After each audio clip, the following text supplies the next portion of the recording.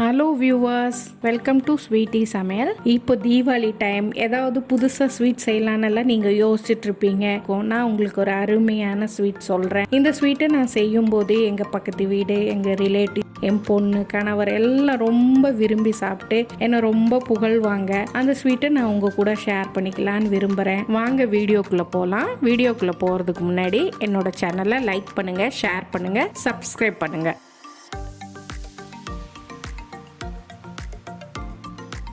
Main இன்க்ரீடியண்ட்டே சுரக்காய் தாங்க. சுரக்காய் வச்சு நம்ம எப்போவுமே சாம்பார் தான் செய்வோம். ஆனால் நம்ம இன்னைக்கு ஸ்வீட் செய்ய போகிறோம். எலசான சுரக்காய் நான் இங்கே கட் பண்ணி வச்சுருக்கேன். நீங்களும் எலசான சுரக்காய் வாங்கிக்கோங்க, அதில் விதை இருக்காது. இப்போ நம்ம சுரக்காயோட தோலை சீவிக்கலாம். பாருங்கள், இந்த மாதிரி சீவி எடுத்துருங்க.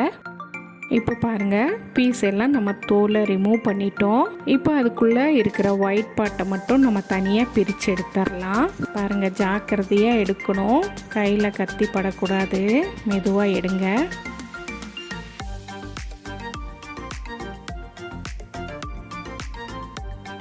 இப்போ சுரக்காக்குள்ளே இருக்க ஒயிட்டை நம்ம ரிமூவ் பண்ணி வச்சிட்டோம்.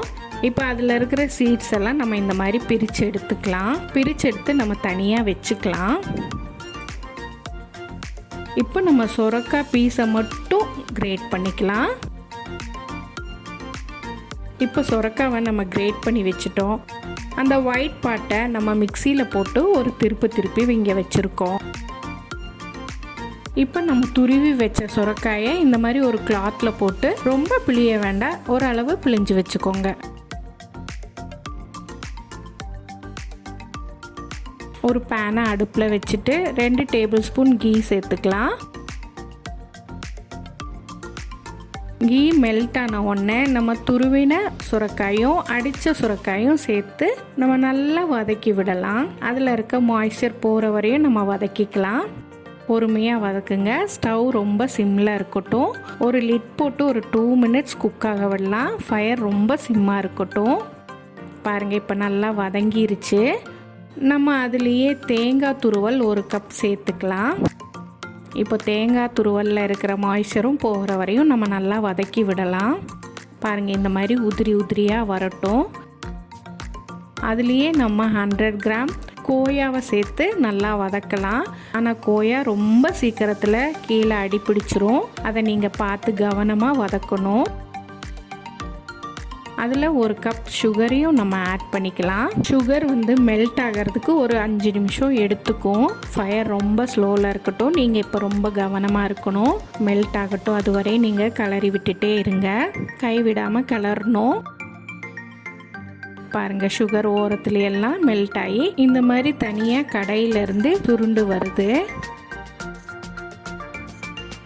இந்த ஸ்டேஜில் நீங்கள் உங்ககிட்ட என்ன நட்ஸ் இருக்கோ அதை சேர்த்துக்கோங்க. அதோடையே நான் கொஞ்சம் ஏலக்காய் பொடியும் சேர்த்துருக்கேன். இப்போ நல்லா கிளறி விடலாம்.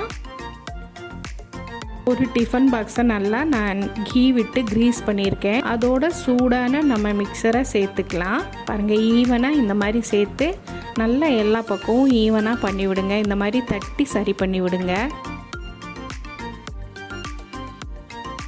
சூடான உடனே 1 ஹவர் நம்ம ரெஃப்ரிஜிரேட்டரில் வச்சு செட் ஆக விடலாம். நல்லா செட் ஆயிருச்சு. நம்ம இதை கட் பண்ணிக்கலாம். நமக்கு பிடிச்ச ஷேப்பில் கட் பண்ணிக்கலாம். நான் இங்கே க்யூப்ஸாக கட் பண்ணுறேன்.